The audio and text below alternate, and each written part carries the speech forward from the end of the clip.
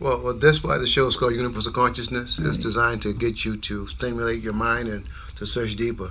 And that's why I love sitting here with my brother here, because his book is literally the greatest story ever stolen. Right. And so these are things, the stimulants to have you dig deeper. Right. You know. Right. So it's just, I think we have to just tread this in a certain way. And we're just saying everything everybody ever said was myth, or out, meant to just tell stories, because basically you're saying everything else, nothing they reach is real other than as something to tell a story. Well, with any programming, it says that those opinions are not always those of the programmer or the programming, but we have people on the show that's always going to have their thoughts, and that's why we want within the thought-provoking thoughts, right. Which is why we have universal consciousness to stimulate these type of conversations. Right. My brother Aukee, I think he does a great job with his writings and with his expressions. So, but it's not always necessarily the thoughts. I'm just saying. I think we just want to be careful by just saying, just grouping everything together and saying, this is real and that's not real and this is real, because really a lot of us don't know what's real. A lot of this stuff is speculative. Okay, from my research, I know the truth, and of course, you're not going to know what I know because I've researched some different things, right? I'm just saying, you can believe in what you believe in. I'm just saying, as someone who's researched this, the Greeks wrote the Bible. They also wrote the Iliad and the Odyssey. If you read that, we know they wrote that, and they wrote the Bible, and we know they wrote. But when you talk about the Bible, you acting like the Bible is a one book. And the Bible is not just a book. Bible means book. It's supposed to be compiled. Yeah, it's compiled of different kinds of information that's been collected and gathered over the years. And so even though we have a Greek translation of it, they're translating other people's documents and other people's history and stuff like that. So we don't want to say that everything that prior to the Greek interpretation and writing is not real. Okay, so I think there's some words put into what I said and I didn't say.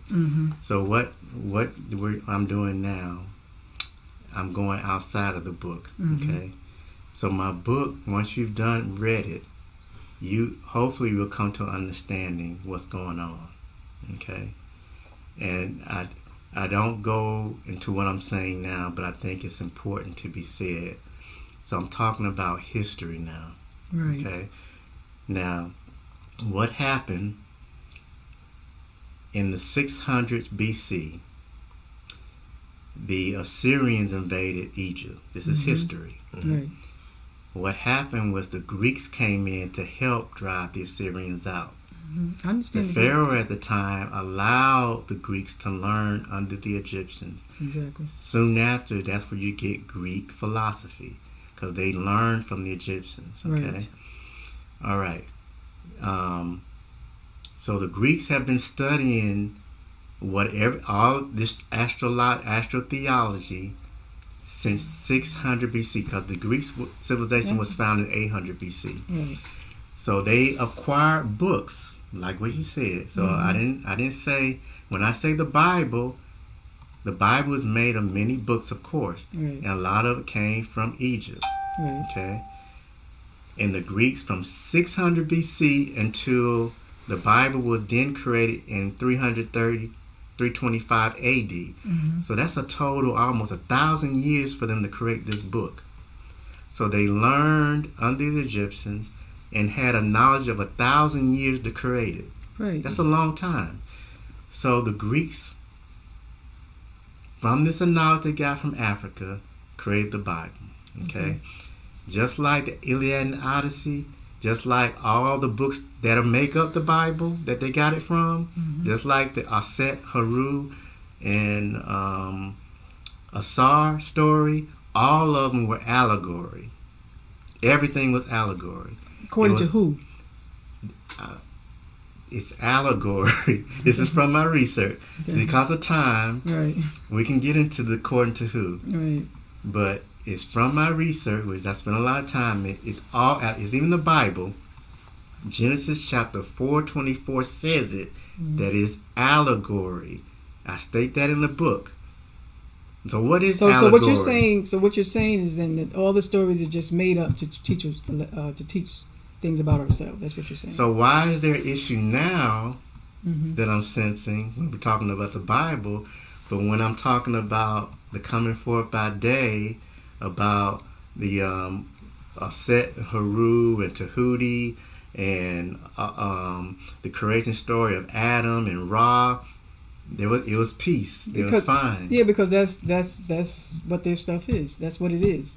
So you can't. And even though I'm not saying Greeks, because I know Greeks went in and did a whole created some a mess pretty much because they misinterpreted in terms of how they translated and interpreted some of the stories. Right? Okay, so there's because I'm not even saying I'm in complete agreement that everything in Egypt is complete allegory. But I'll take it for what you're saying here in terms of how it's being used for us to be able to help us and improve ourselves. If you think that this is literal, I don't think that's literal. Okay, so that scene there, if you think right before Set, you have an eye with wings. Mm-hmm. You have the animal next to the balance that is a lion, hippopotamus, alligator head, all in one animal. You have a dog head with a human body. There's so many things there that are not of the natural world. It is allegory, symbolizes something. When I say allegory, let me get the definition of myth and allegory.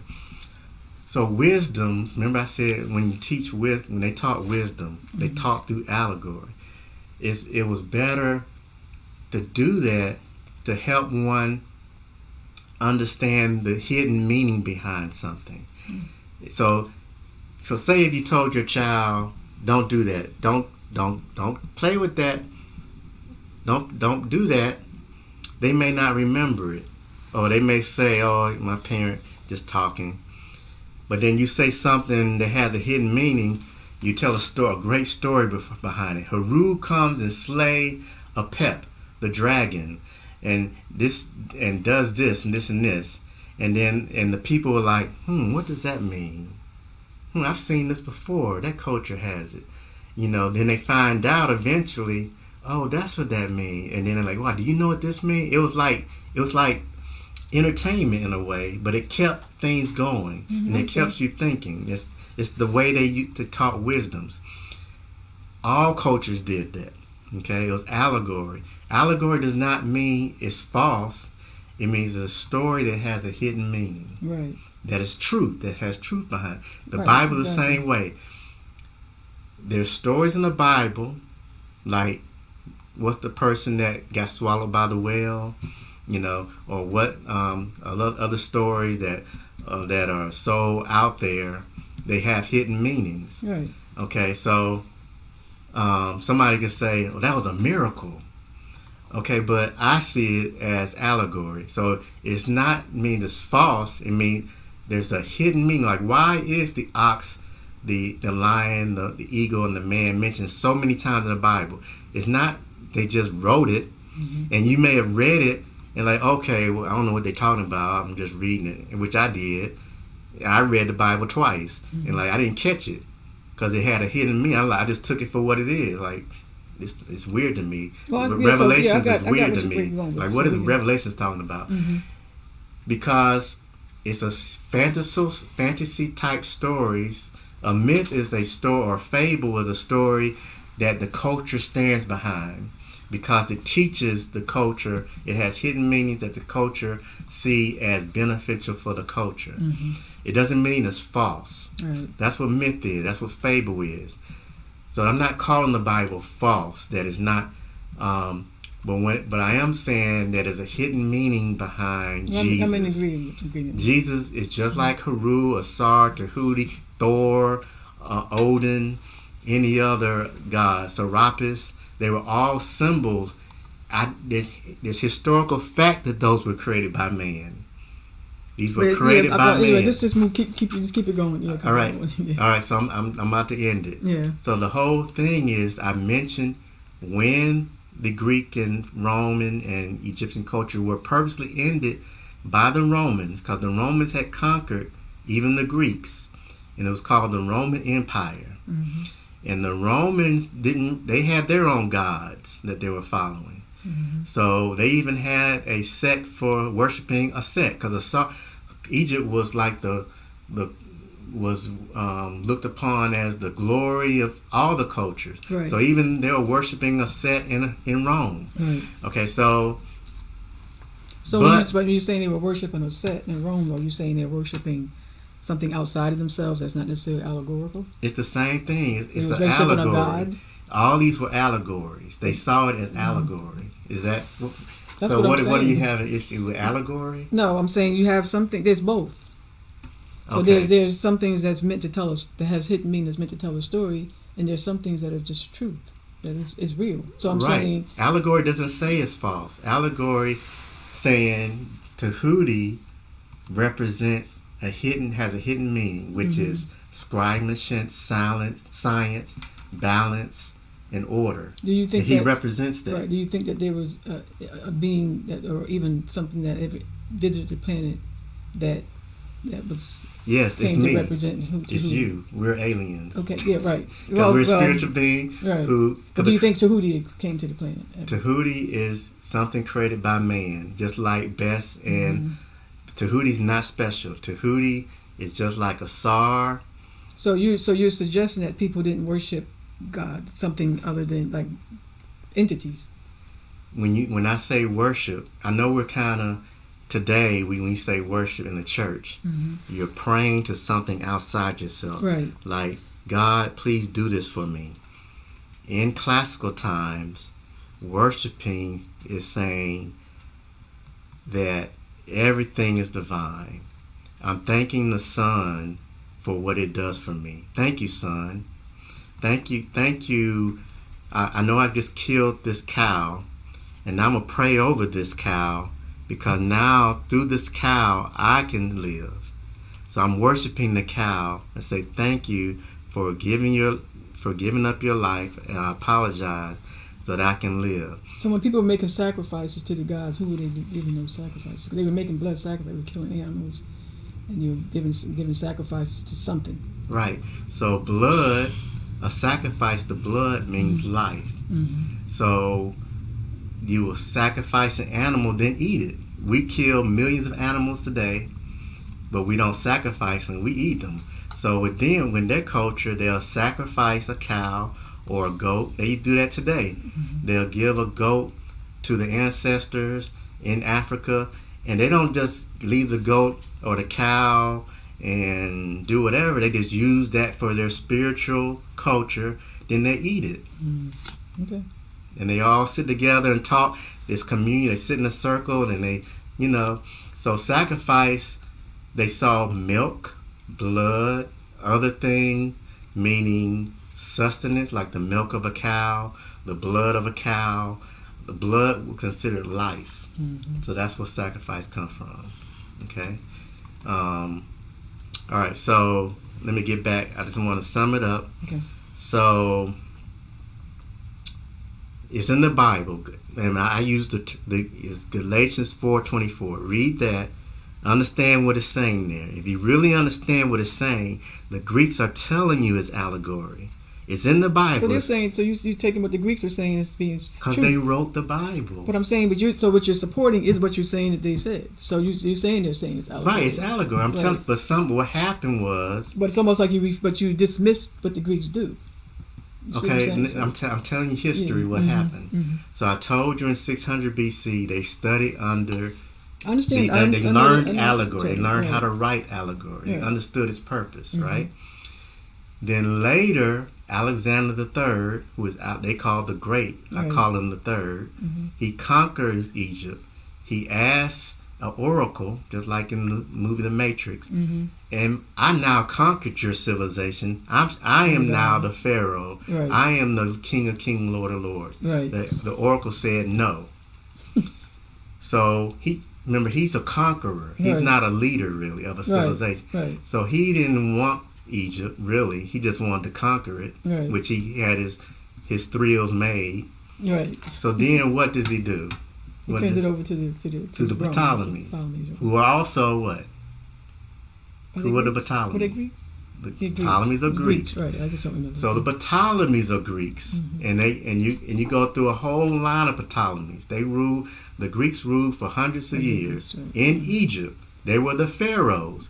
Ptolemy was the pharaoh of Egypt, and he was to be considered as a god. And the Egyptians said, "No, you're not a god either." Right. I know. Okay, so what happened? Now the Greeks appreciated the Egyptians because they've been learning from the Egyptians. So on the temple walls in Dendera and the temple of Isis, you could see the design of the art looks different than the old Egypt, because those are the Ptolemies who have redid those temples and put Ptolemy as a pharaoh. You'll see Ptolemy on the wall. He's even colored in black, so your Ptolemy looks like a black person. And they're just showing him black.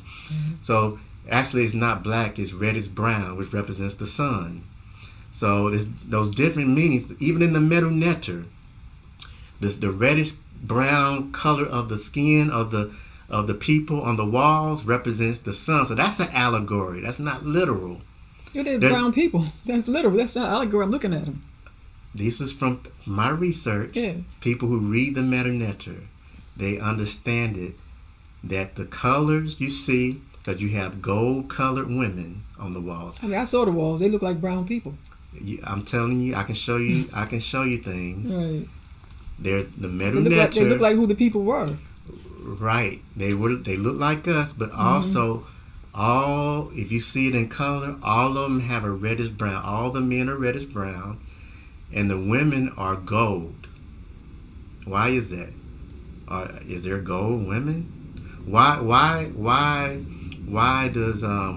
the women in gold, but the men are in reddish brown? All the men had the same shade, reddish brown. It symbolizes. It has a hidden meaning. It's even in the language. I shared a video. I'm not disagreeing that things don't have a hidden meaning at all. Right. The language itself is allegory. The language itself, a Medu Neter, is allegorical. Well, because it's hidden meaning, because a lot of the stuff they weren't telling, right. they were keeping hidden. In the language itself. Right. That's what I'm saying. Not just the stories. Right. But the language. I can show you a video of someone who's reading Medu Neter. If you look at it, I mean, the people back then didn't read, and so you only had the priests are the ones who had power over the language and the control of the language. Right. So people didn't even read anyway. It was from the priests. Okay. Only privileged priests had the language. But what I'm trying to reveal is that I'm not talking about an allegorical story. I'm talking about the language itself, the actual, the way they wrote. Yeah, I agree, because a lot of people couldn't even understand the language because it was. So, for example, even back then, like say we have the letter A, which I think is based off the bull. The A is an upside down bull. Our letters are based off Latin. Everything stems from Medu Neter, Egypt, right? And it's more literal. It doesn't have a hidden meaning like the letter A. What's the hidden meaning of A or B or C or D? What's that? I don't know. There's none, right? No, I'm saying I can't say it's none. I can't say I don't. I'm saying I don't know. We can't say it's none because we don't know. We do know. We were taught language. We were taught English. Right? You're talking about the A in I'm talking about English. Because it's the way they did. Because when the Greeks went into Egypt and they started translating and doing all the things that they were doing, the language got lost because the language itself has to do with power. Right? Nothing got lost. Words, I'm saying words themselves. Well, what happened is they put the vowel in the language. When they started putting the vowels in the language, because you look at the Medu Neter in hieroglyphics, they most of their stuff was pictured. It had pictures, so it kind of appealed to both the left and right side of the brain. But a lot of it also had to do with language not having language having meaning. I mean having power. And so when it got translated into language evolved, and then it began to lose its power. So all the words that you see on the tombs and in the hieroglyphics, most of them were words of power.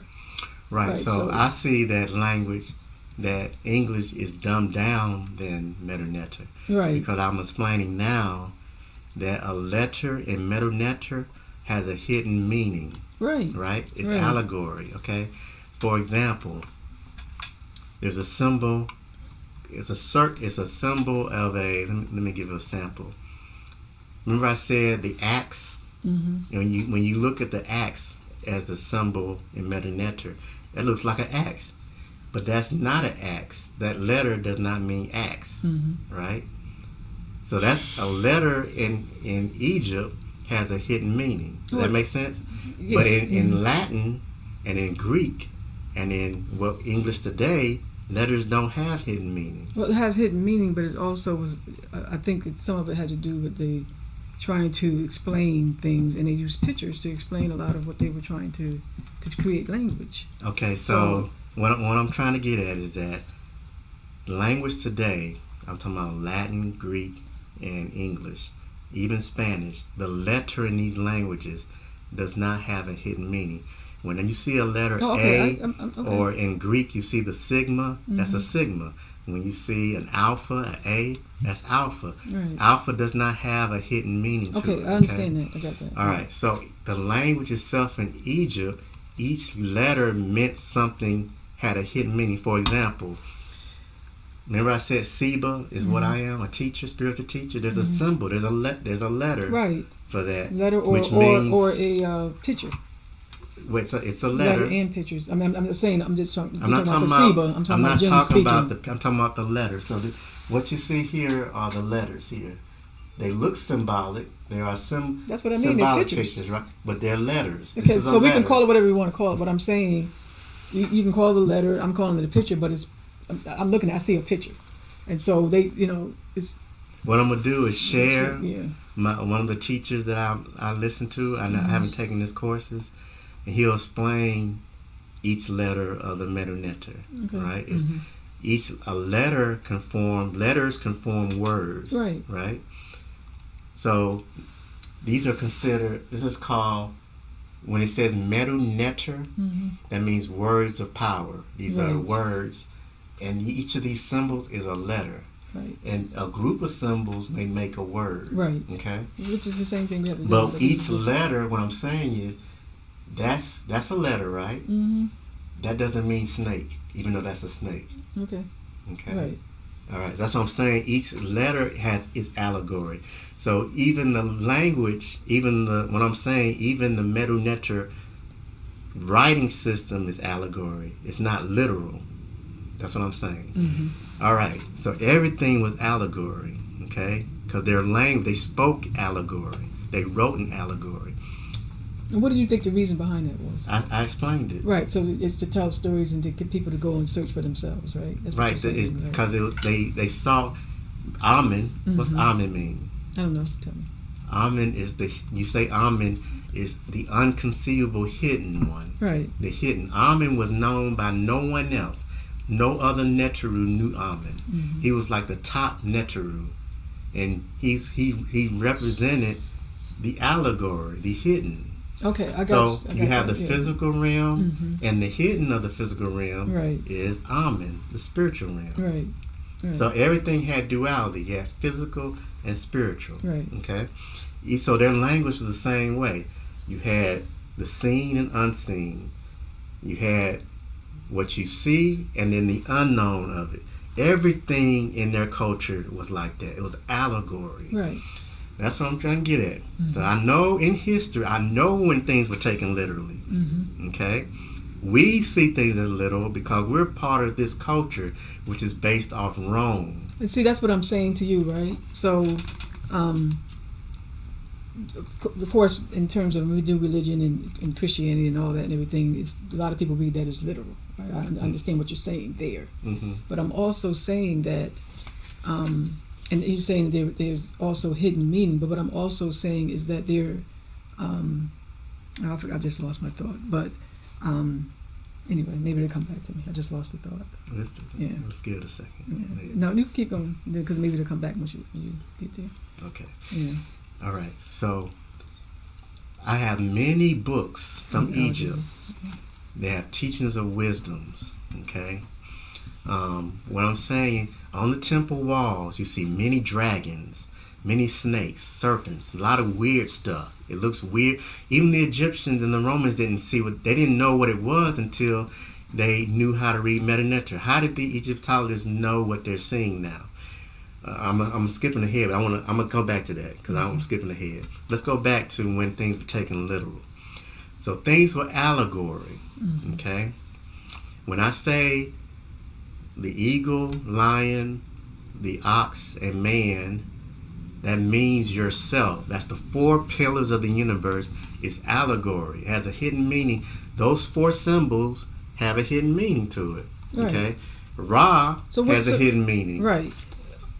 Right. So they have hidden meanings. But okay, let me still go on, go back, keep talking. Okay. Ra means one spirit. It's not the sun, which is Aten. Okay. Asar represents something. It has a hidden meaning. It means many things. Right. Tahuti means many things. Mayat means many things, not just one thing. That's why they created one totem that means many things. Okay, so for example, the sun. We have a physical. Has many names. So we have a sun that's a physical being, right? That we see the sun is physical. That's called Aten. Right, and then there's this unseen part of the sun. Right, it's Amen, called Amen Ra. So that's what I'm saying. So even though a lot of the stuff is allegorical to give us the hidden meaning, but there's also in the hidden, there's stuff in the hidden. Right. So it's not just saying I'm telling you a story, but I'm telling you a story. But there's for example, if the sun has a physical side of it, then there's a spiritual side or a power behind the sun that might necessarily have some being to its being. Right, everything has a spirit. Right, it's spirit. Everything has a spirit. Right, and so that's what I'm saying. So it's not just the allegorical to tell a story. There is some power that makes the sun do its thing. Right, and that's allegory. That's the hidden. The sun represents one spirit, which is not the sun itself. I'd say, but the sun itself has its own. So the sun. Right. Okay, it represents my spirit, but the sun exists in of itself on its own as well. Right. Right. Everything has 9 parts of being. Right. That's what I mentioned in the book. Right. Everything has a hidden body, has a ka and a ba. Everything has that. Everything of nature has that. That's why they mummified alligators, cats. They mummified cows. Everything had those 9 parts. Nothing was above you. You're not above the animals. Okay? All right, so let's go back. So, things were allegory. And the Greeks wrote an allegory. Okay? The Iliad and the Odyssey has hidden meanings in it. Okay? All right, so, and these stories were told in Africa. Because when I first read the Bible, when I read Proverbs and all that stuff, like, man, this sounds African. You know, I had a sense of it when I read it, like, man, this sounds like it's from Africa. All right, but I didn't know back then. So when did things change? All right, so the Greeks had a great appreciation for this, and the Ptolemies maintained this. And the Egyptians worked with the Ptolemies because the Ptolemies could not have known this on their own. You can see on the temple walls that they wrote in Meta. They understood what they were writing. When you read stuff in the Ptolemy era, you don't read it and look at it like, dang, the Greeks didn't know what the hell they were doing. They understood, right? And they saw Ptolemy as a god. They treated him, he was the pharaoh, and they even on the walls, he's as the pharaoh of Egypt. Okay. Now, the Greeks were conquered by the Romans. Now, the Greeks, before I get to the Romans, they did create a city outside of Lower Egypt, where I would say the core of Egypt, and they created the city of Alexandria, named after the conqueror of Alexander. It's a Greek city, but it's in Egypt, so it's considered the period of Egypt, okay, Alexandria. And they had taken all that knowledge, because they were the conquerors, and they took all the papyrus, the books, and they studied. They created libraries. One was the Library of Angora. They had other libraries, and this was the time of enlightenment for the Greeks. And you had even some Egyptians there helping them. One is called Menethos, And he wrote the history of Egypt. Okay, so when I read that, he got it right. I didn't read anything like, that's not right. Everything he said was true. So he really helped the Greeks because he was amongst the Greeks. All right, so he was a Seba, a spiritual teacher. Now, the Romans conquered the Greeks. Okay, so the Romans had a spiritual thing going on, and they had their gods in Rome, but they were conquerors too, because they had the Roman Empire. They conquered Persia, the Middle East, the Greeks, and eventually they conquered the Greeks in Egypt. Okay, the first Greeks in Egypt were called Coptic Christians. Okay, so I heard somewhere in another video what Christmas was. Christ comes from an Egyptian word called karast. When you anoint the mummy before you rise it and stand it up and do his ritual, you're anointing and the risen one. Karast means the anointed risen one. Seems similar to Jesus being the anointed and the risen one who's risen. So you are rising again, and that's why the mummy, they would stand them up. You see them in the museums, some of them, they're standing up. They're meant to stand up because you rise again. All right, so but Ptolemy wanted to be worshipped as a god, so he asked the Greeks, okay, the Egyptians don't want to worship me, so we have to create another god so they can worship. So who did they create? Serapis. Right. So what is Serapis based off of, the name? Osiris and Apis the bull. Right. So it's the bull again, the great bull. Okay. So I see the bull in the night sky. You have Orion, and next to Orion is the great bull Taurus. Okay. So them together makes up a Sar. I explained that in the book. So they're at the king of the hill. They are the apex of the. When you look at, I show the picture of the path of the sun. At the top of the apex, where the sun is at its top, highest, is where Orion and Taurus are. They're at the top of the hill. Okay, and that's the flood. If you watch Orion path in the night sky throughout the year, he goes up and above the horizon like he's swimming. So he's in the flood. Okay. All right. So let's get back. The Romans conquer the Greeks. Before that, let's stay on the Greeks. Are we good on time? How much time? This is important because this is not well-known knowledge.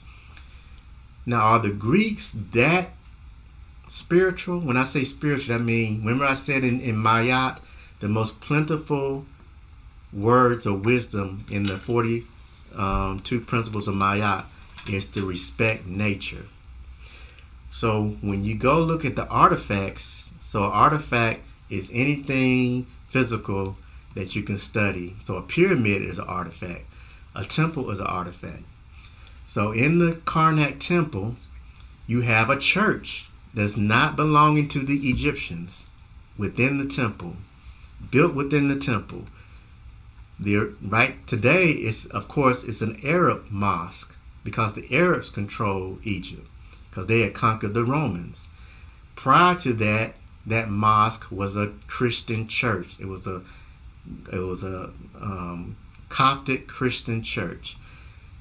They disrespected the holy temple of Karnak, which is the temple of Amun.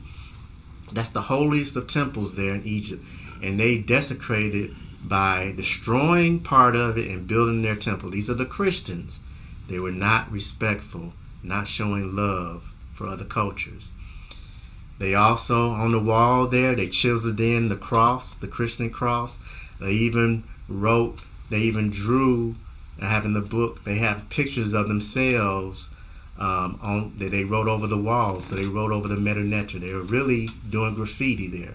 And they actually chiseled off the faces of the gods and Neteru. That was the Christians. These are the first Christians, right? And they just learning, they just getting into this spiritual thing. So I understand, they don't have thousands of years of behaving as a god. Okay, all right. So, but they still appreciated the Egyptians, and they were learning from the Egyptians. So they were learning those stories of the Bible. Those stories that are in the Bible are based off stories from Egypt. Okay, all right. So you even have a pharaoh mentioned in the Bible. What's the pharaoh? You hear the stories, and let my people go and all that. But they actually name a real pharaoh in the Bible. But he's the only real person in the Bible. So you're saying only out of the whole Bible, there's only one real person? Yep, it's that pharaoh that was ruler of Egypt at the time. So so you're saying because the first 5 books we know is the Jewish history and we also know that I think it's the Tanakh or the Torah, or whatever ones those are. So you're actually saying none of the stuff that they've written is real. None of the history of the Jews and the Hebrews and their stories. None of that's all just allegory. Yes, because it's written in the Bible. It's allegory. The Greeks are telling you. You're saying the Old Testament. Oh, the Old Testament. That's in the Old Testament. It's saying in the Old Testament. In the Bible. When it talks about the books, in the Tanakh, which is the first 5 books of Moses and all that. You're saying all that's just allegory. Right. So in Galatians, which is in the very beginning of the Old Testament, it's saying it's allegory when it's talking about Abraham. Because it all starts with Abraham. Right. Okay. That's what I'm saying. It says it. I'm not making this up. Yeah, it's Galatians 4:24. So Abraham never went into Egypt. Galatians is telling you Abraham is an allegory. So Abraham never went to Egypt. Moses never came out of Egypt. Moses was never a person that they found in the water and raised as an Egyptian and came out of Egyptian and brought the Hebrews out. None of that's real. I'm just saying. None of that's historical. If the Bible's saying it's allegory, who am I to say it's not? I'm just saying, so because even with the Egyptians, they do, even though you have allegory, you still have history. I'm just saying, when the Bible is saying... But I'm saying, even when you tell the Egyptians, because there's history, and then there's stories. So you're saying even all the Egyptian stuff is not, there's no history. Okay, so there is history in Egypt. I say that in the Bible. I say that I don't mention the history. I'm mentioning history in my book, right? Mm-hmm. Okay. Yeah, it's been a while since I've. So it's not a historical book because Mm-hmm. I don't focus on history, but I am revealing the origins of Egypt and Cush. Okay, Right. I'm explaining, but I don't focus on history. But yes, the papyrus of the Turin papyrus is talking about history. It's naming the kings Right. and the pharaohs.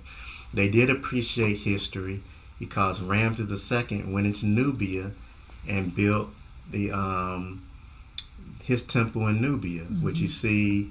I have pictures in the book. It's that grand temple with the 4 colossal Ramses.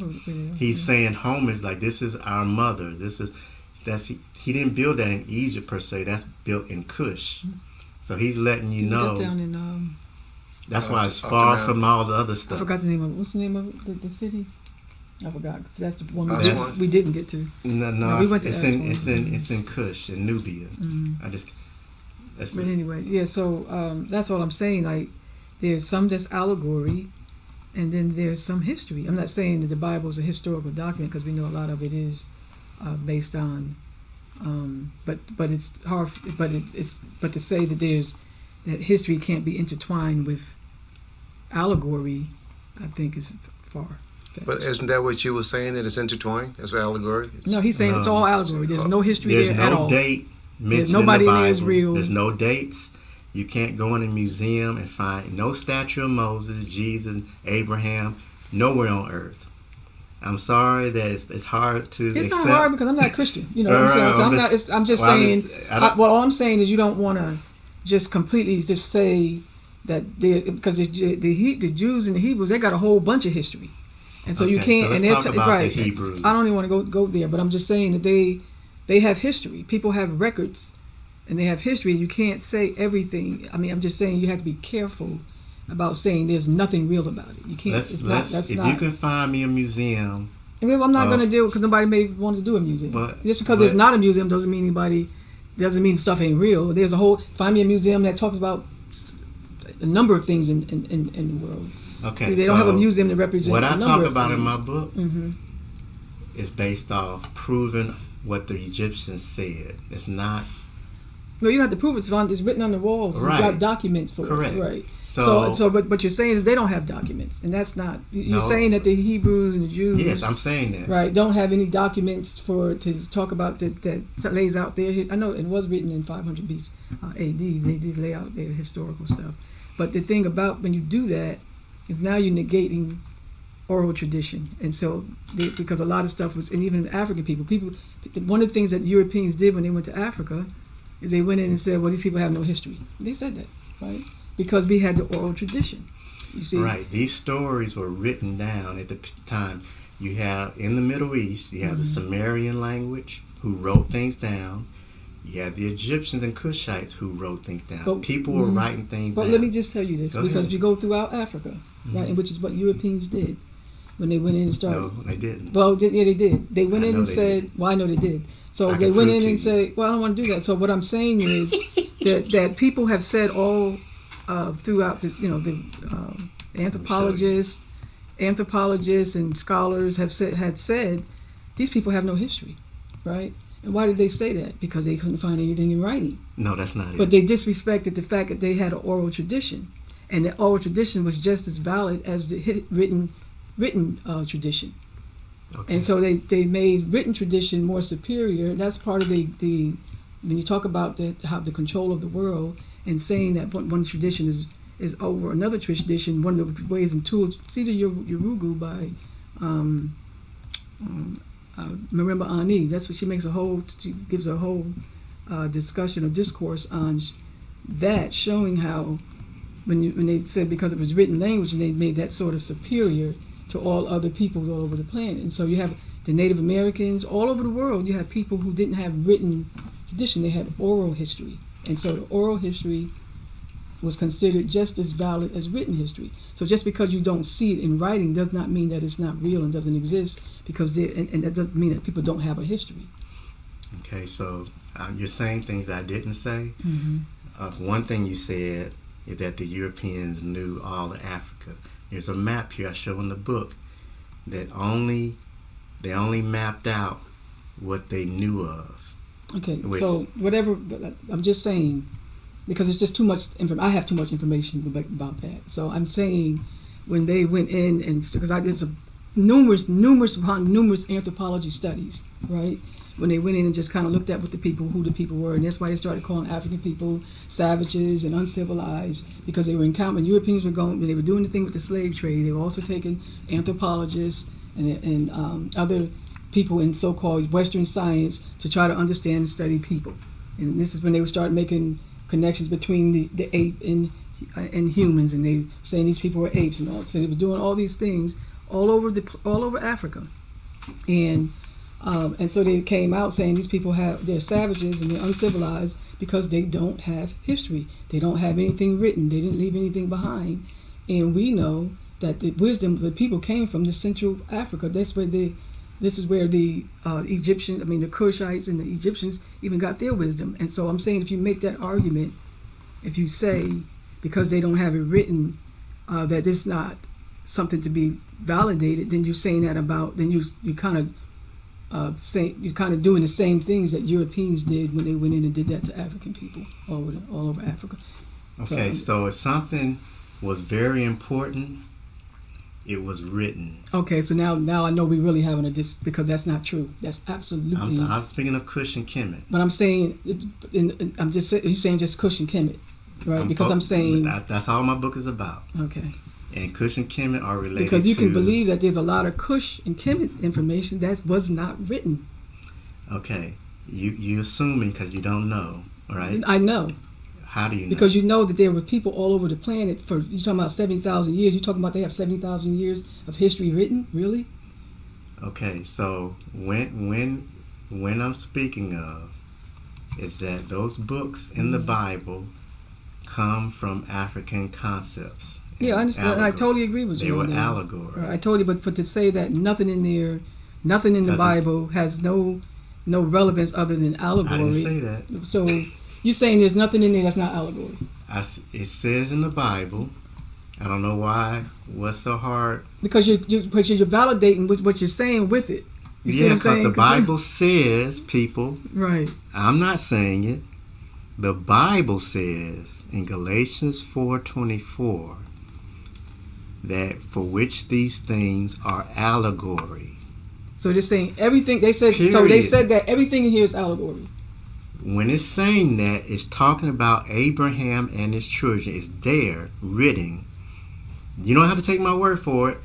You see, I'm not trying to read between the lines. I'm telling you what it says. So they're saying everything about Abraham is allegory. I don't know what's hard to comprehend. I'm telling you what it Right. says. But you said that nothing in there was in the Bible is okay. It should be taken. So when I or has say any historical when the significance. Bible, when the Bible says, it says that Abraham and his children are allegory. If you don't know what that means, I don't know what else to say. So you're saying you're saying the whole entire Bible is based on Abraham and his children. I can show you that. And that's all made up. None of it has any history. There's no history intertwined in the allegory. There are no dates in the Bible. There's not one date. Not one. Okay. History, you have to date something. How do you know it's history? Because you're using the Bible as the reference. That's the problem. I'm talking about the Bible. Right, but you're using it as the reference point. So you're using it to support its own thing. You're trying to add more to what I'm saying. Mm-hmm. People who's listening, all I'm saying from the beginning, the Bible says in Galatians 4:24. I'm not talking about no other book. I'm not talking about words from spoken by the tribes. Let me ask you another question. So you're saying the Hebrews and the Jews have that the stories they're telling has no historical significance. There's no history there. So if I can continue, I said this. All right, I'm sticking with the Bible. Okay, the oldest known Old Testament is called the Septuagint. Mm-hmm. It is written in Greek, not Hebrew. If you look at Hebrew as a language, the letters, it is like 97% Greek letters and only like 5 letters they call Hebrew. Okay, so let me ask Why is that? Let me put this another way. That's a question I'm asking the audience. Let me frame this in another way. So, because this is my when I look at a parallel situation, right? So when you look at Indian or Eastern, the Vedas and all that and everything. So people have suggested that this is because it's written in Sanskrit, right? That or Indo-European language, that the Europeans brought the Eastern philosophy. So the question for me was, is it possible that when the conquering Aryans came in, that the people who we know were Cushites, who were people from Africa, had the philosophies and the philosophies and the spiritual allegories or whatever it is we want to call it, and that the Aryans just took it and put it in their language. Remember I said the Greeks studied under the Egyptians. So right. That Bible is based off Egyptians and other cultures, right? Exactly. The Greeks didn't bring anything. They learned everything. Their gods came from Cush. Mm-hmm. Because the first Greeks were Cushites. They were the Minoan people in the island of Crete, mm-hmm. were Minoans who were Cushites. So the first Greeks were Cushites. So the Cushites, all this comes from Cush. Right? So let me just ask you this. So I guess we can assume that the Tanakh and the Torah are totally different than the Bible. Is that what you're saying? The Tanakh and the Torah make up the Old Testament. Those books. Okay. Those books, the Tanakh and the Torah, mm-hmm. are Greek. They're written in Greek. Okay, so basically, so what we're suggesting is then that the Tanakh, the Hebrews, or even the stuff we read in today that's written in English. So what we're suggesting is that they wrote it because it's written in Greek. That's what I hear, but that might not be what you're saying. That we have to take the Greek interpretation of it being allegory as being what's true? I'm saying that the Greeks, Coptic Christians who are Greek, wrote the Old Testament and New Testament. Right. And so when they wrote the Old Testament and New Testament, they wrote the history. They wrote the stories from the people, or you're saying so they wrote their stories, right? So they created stories. So you're saying stories. they created stories, or you're saying the Hebrews or are you saying that did they write the stories of the people in their language? That's what I'm asking. All right. So if you look at the Hebrew language, which I was stating earlier, it's like 97% Greek letters, and like a couple 5 letters that are not Greek letters.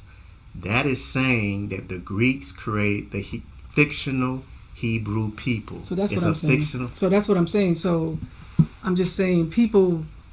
That's because people. What happens is I think there's a misunderstanding in that because they wrote the stories, they created it.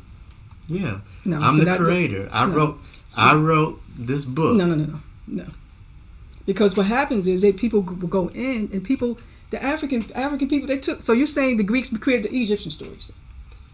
No, if you're making that step, remember from 600 BC, the Greeks learned under the Greeks. I understand they did that, right?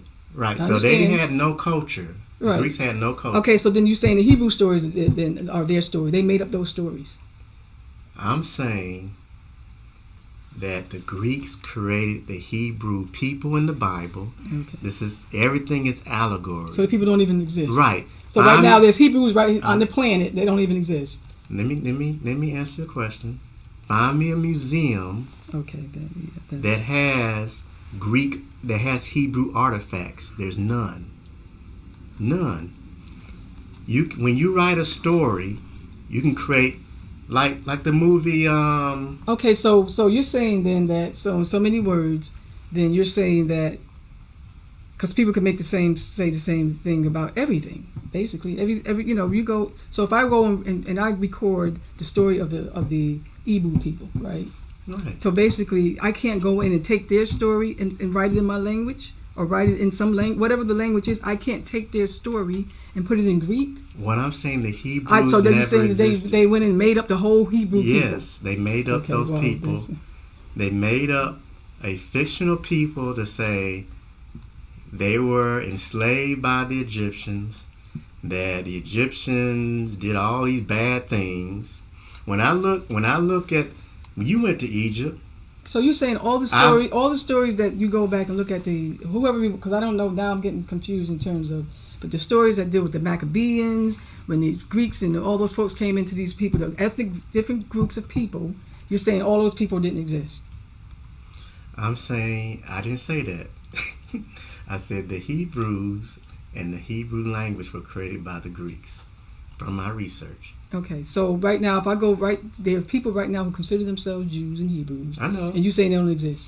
I'm saying their ancestors, who they think existed, were created by the Greeks. Okay, that's really. We just have different. I'm just gonna let that go. Well, it's almost like saying somebody came in and created us. Okay, well, no, it boils down to this, and it's easy to understand, which means you wrote your book based on information that you compiled from somewhere else. Mm-hmm. Okay, so what she's saying is those books also were created from information compiled from somewhere else. Right. I said that. Right. So that's to make it real clear. So wherever it seems that we went in this forum, it really didn't go there because you both said the same thing. Okay. I'm just making it clear. I was going somewhere with this, from allegory to literal, because now we take the Bible as literal. Mm-hmm. All right, so the Greeks wrote it as allegory because they said in the Bible, if Abraham and his children are allegory, even the Hebrews are allegory. Okay, everything in the Bible is allegory. I don't state this in the book. What we're doing is off topic. But I do have proof of what I'm saying. I show a lineage of Abraham and everything. Even Jesus comes from Abraham. Jesus' ancestor is Abraham. Everybody comes from Abraham. Okay. So who were they? I just want to ask one more question. So who? But all the wars that were going on over in those regions, who were they fighting? Right. So all the civilizations prior to this saw things as allegory for a reason. I'm asking you though, because there's serious history of all the wars that went on between the Jews and the Romans and the Greeks and all that. Right. So who were those people? I'm about to answer that. Okay. All right. So the Roman Empire had conquered the Middle East, the Greeks, and they made them not follow their gods, not follow their culture. They made Egypt, the Persians, the Romans, the Sumerians, because they conquered everybody. Even the Romans can no longer follow their gods. This is the Constantine and Theodosius. Well, the Greeks conquered. The Greeks were who the Jews were conflicting with. The Greeks and the Jews were. There was a lot of wars, but that was going on between the Jews and the Greeks. But the Greeks came in and tried to make them follow their gods. Right. And so that's where those were the wars that were going on. So who were the people they were fighting? So the Jews were the people who had left Egypt. That's what I call the Jews. So remember when the Greeks and the Romans came in and conquered Egypt? Where did those Egyptians go? They went down into Africa, in the Central Africa and West Africa, and they also fled up into the Middle East. Right. Those people are Jews. Okay? That's what I'm talking about. Those were who are Egyptians. That's why Egyptians are fighting the Greeks. That's why they created the city of Alexandria, because the Egyptians didn't have nothing to do with them. So you define them so basically people are calling themselves something and you calling them something else. That's when you call the Jews are those people who fled Egypt. Okay, that's believable because we know that happened. Okay. Right. So, but how they're defining themselves, you're saying that that's not who they are. They were Egyptians who fled Egypt. Right, but I'm saying still, if I call myself something, you come tell me this is not who I am. They are Egyptians. I said it. I don't know what else to say. But what I'm saying, if they call themselves something, you're saying that stories. So you're saying those stories that were created then. The stories in the Bible were created from. So these are all Egyptian people that created stories, right? But they're not real. I'm just saying. They're all made up. I don't know how many times I gotta say it. It's in the Bible states this. I'm not making this up. The Bible says it. But I don't take the Bible as... Well, I'm just telling you what the Bible says. In its own literal meaning. It's so simple. It's so simplistic. Because I try to make my book as simple as possible. I'm saying in the Bible, not me, not nobody else. The Bible says it. That it's allegory. Okay? And the Bible, the earliest Bible, old and new, was written in Greek. Because even like, for example, let me just say this for example. It's fine if you disagree. But even like all the wars that was going on in the Bible. No, listen to me. Listen about that. Because I'm trying to make see that to dismiss everything as allegorical to me is problematic. It's not. I'm not stuck to. I've been talking about allegory. But I'm saying, but so basically, just all the wars even all the wars that were. I'm saying, is it possible? Is it possible? I will get to the wars. Is it possible that there's some history intertwined in the allegory? Okay, so because even all the wars that were even going on, I'm not talking about them. I'm talking about because you just remember I mentioned the Trinity, the seventh Trinity. Yeah, I'm not talking you have about a problem with the seventh Trinity. You have a problem with the Christian Trinity. I don't have a problem with any of that. I don't have a problem with any of it. I'm gonna tell you what I have a problem with. But that's an allegory. The seventh. I don't have a problem with anything that you said about any of that. The only thing I'm saying is this: to say that everything we know that there's history there. And to say that everything in it is just allegory and nothing in it is real. What's history in the Bible? I'm saying in terms of some of the wars that happened. You're saying even the wars didn't even happen. What wars in the Bible? Well, it's a whole number, but I don't remember because I don't have the detail. But I know but what in the Bible really happened? I don't know. I'm just saying. You look at that. You look at the Tanakh, right? And you look at that, and the Tanakh, according to the people who follow that, there is some. I'm saying there's history. Is it possible that history is intertwined? And so there's some history intertwined in the stories. I'm saying that the book, which is Holy Bible, which is Helios Biblicos, is the book of the sun. It's the it's astrotheology. That's what my book is about. It's about astrotheology. Okay, well, let's stick with your book then, because what you're talking Well, about. the Bible is astrotheology, because in the Bible, it's talking about astronomical concepts throughout the Bible. I mentioned this in the Bible. I'm mentioning in the Bible that the Son of God is the S-U-N, because it says it in the Bible. That's it understandable. says the God is the Son.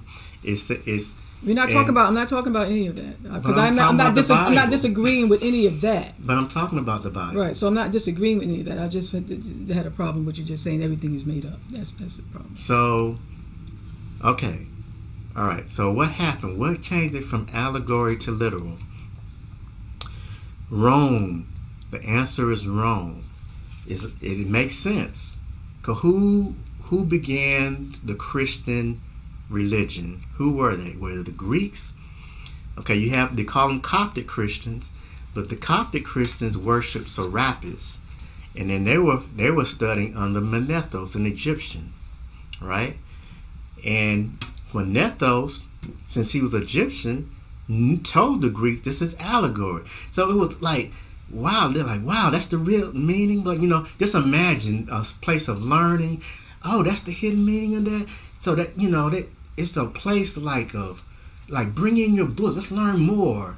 This is profound. Really, this is about the sun and the moon, and that's who we are. And I have a great sense of who I am. I am God. I am the King of Kings, Lord of Lords. I have the power. I have the will. I am Haru. I am the Savior.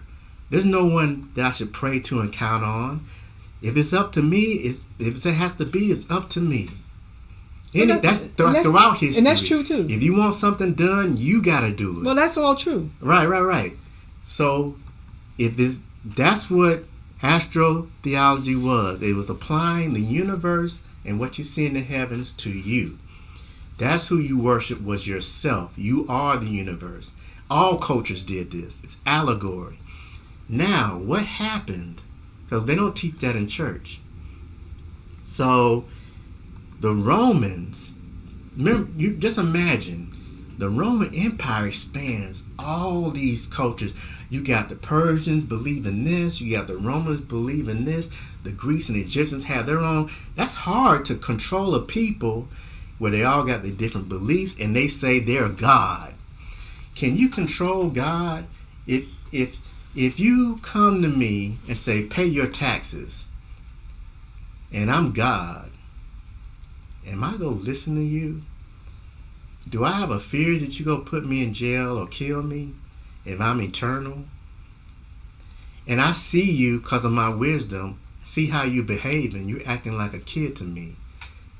And you have a child talking to a parent saying, do this.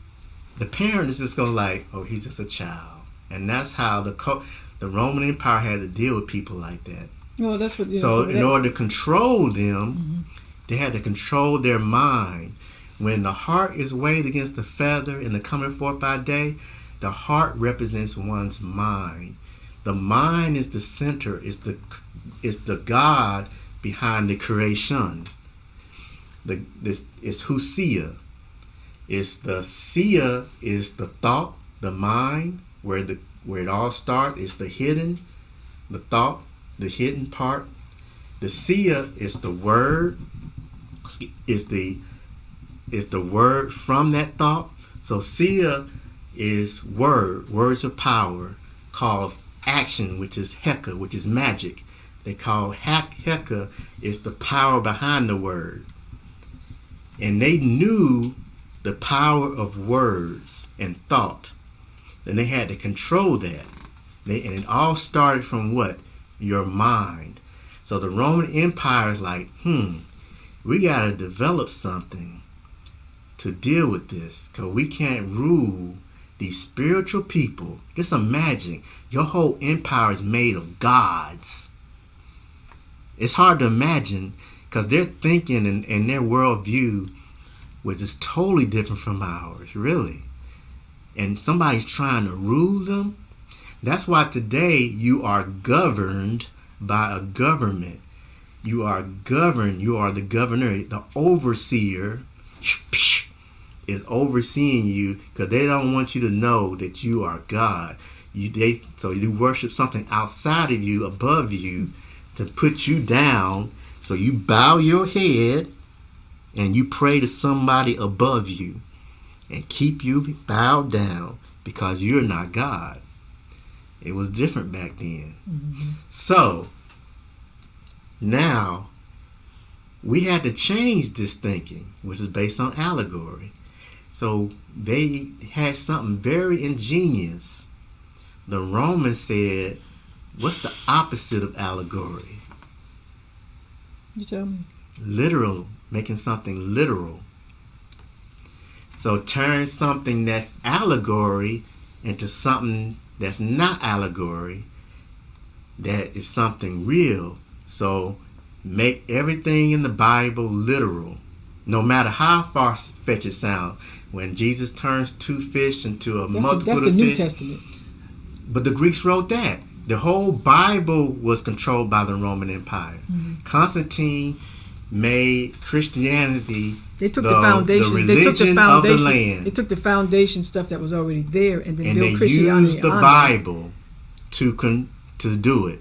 Even when they conquered during slavery, when they conquered North America, when they conquered Australia and all the lands, even Africa, they came with the gun, the cannon, and the Bible. All right, so we're in agreement with that. All right, so nothing different back then. Yeah. They used the Bible as a weapon. Mm-hmm. They used religion. Same thing then. So that's an ancient thing that the Romans started. It started with them. They made things literal and thus started the Holy Crusades. It was the Roman Empire against everybody else. The Vikings, the Norse Vikings who saw things as allegory, the Egyptians, the Sumerians, the Persians. Their whole culture was based on allegory, fighting the Romans who wanted to make it literal. Right. That's what it was all about. As simple as that. That caused those wars that sent Europe, and eventually Rome Empire fell. They lost. This is history. And then they went into the Dark Ages. And something happened when they kicked the Moors out. They kicked out, this is the Christians against the Moors, who are not Christians. They kicked out all the blacks. And this is what I believe started race. Because the word race starts in 1492 when Christopher Columbus starts his thing. And the word race is created in the dictionary, and then race, black and white, is created in 1618, something like that, or something. Then it all starts. You just look at history. Well, let's start with white supremacy. It's to control the mind. Yeah. So when Napoleon lost to the Haitians, he's like, man, we can't have this, because if this Haitian revolution spreads because the Haitians then was helping other cultures get out of slavery. Right. So Napoleon went. Where did he go? Egypt. And what did he find? Everything else everybody else found. But when he left, he found an important Egyptology started because he found the Rosetta Stone. Right. So it was a mystery. Egypt was a mystery until the early 1800s. Well, that's not true, because you just talked about the Greeks when they interpreted all this stuff. But it was lost. It was a period from, because they went in the Dark Ages. Well, that's the European Dark Ages. Right. Everybody else wasn't dark. Right, correct. Right. But Europe lost that. Mm-hmm. They lost that knowledge. And it wasn't, people die off, right? Mm-hmm. Things are destroyed. You got the Christians who want to kill that knowledge. Remember, the Roman Christians were like, but that's what I keep saying. There's no Egypt. Egypt were primitive. Well, that's what I'm saying. So when you look at the because when you talk about this in context, you be talking about the big, well-known civilizations or societies, but there were hundreds and hundreds of other peoples that the Romans went in and conquered, and the Christians went in and conquered and tried to say and hundreds of people. I mean, you had groups of people who were following the I don't know if you want to call it Christian, but following the teachings of Jesus or Yeshua, regardless of whatever the saying about the story being concocted, following whatever those teachings were. And when they was doing the refutations, they talked about all the different types of practices that people were practicing that had a lot to do with that. And so, do the Jews today recognize Jesus? No, they don't. Why is that? I just know they don't. They didn't want to recognize him as being. But after what I just said, right. Why do you think the Jews don't recognize him? Because they saw him as they didn't see him as the person that whatever that story they're telling as opposed They to didn't see him as the say, truth. Right. It wasn't true.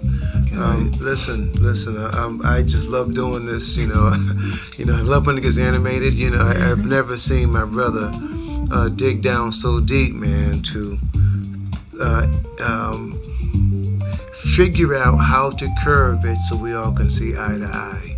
And I really want to appreciate that because this was a wonderful day. That's why it's called Universal Consciousness. And Universal Consciousness is designed to bring forth an awareness through conscious thought, through conversation. This brother here wrote a book, man, that it's called The Greatest Story Ever Stolen. And when you listen to the programming, you'll see why it's the greatest story ever stolen. I think he did an awesome job, you know. Dr. Brother Aukee, Brother Spear, and I just want to say, listen, I want everybody to continue to promote love, light, and consciousness through conversation, through information. I love stimulation, man, because we do a great job at that. So, you guys want to have some closing words? Well, I was just going to say, I really appreciate, and I completely agree with probably 99% of what you said. So I just you already said what I said, but I just want to say, continue to grow in love, light, and consciousness. All right. So in my book, the whole purpose is to reveal who our ancestors were, how they thought. They were very spiritual beings, as I explained. They studied nature and the heavens, and they saw us as God. And the Greeks saw us as God. I explained in the book that in the Iliad and the Odyssey, Zeus, who was a fictional character, went and came to the Ethiopia people amongst the gods. So Zeus was calling the people Ethiopia gods. That's in the Iliad and the Odyssey. Mm-hmm. So God is not saying you're just God. This is our ancestors saying that you are spiritual. That means you're unconquerable, unknowable, unconceivable. That's why you had a secret name. This to reveal the divine of you, that you're eternal. And it's hard to when you're born up in the church and read the Bible. What I'm saying may be far-fetched, but I say make it a journey. And I just want to sum up that you are a god and goddess, and you behave as one. Yeah. And that's like psychology, is to improve one's character as God. You're not perfect, but you transform yourself to strive for perfection. But you'll never be perfect. Nothing in nature is perfect. And I also want to add to the wisdom that Aukee shared with us today is, to me, speaks to why it's so important for us to reach back and learn from our ancestors, because there was a lot of wisdom there to teach us how to live. Okay, well remember, if you heard it once, you've heard it a million times, because we're going to continue to say, that the information that's been gathered, they all go to the cradle of the beginning. You know, in Africa, in Ethiopia, that's the cradle. That's where a lot of the artifacts were found. That's the beginning of life, they say. So listen, Universal Consciousness, where we're here to deliver to you conscious thought through information and conversation. So until next time, continue to grow in love, light, and consciousness. Uncle Jocelyn. I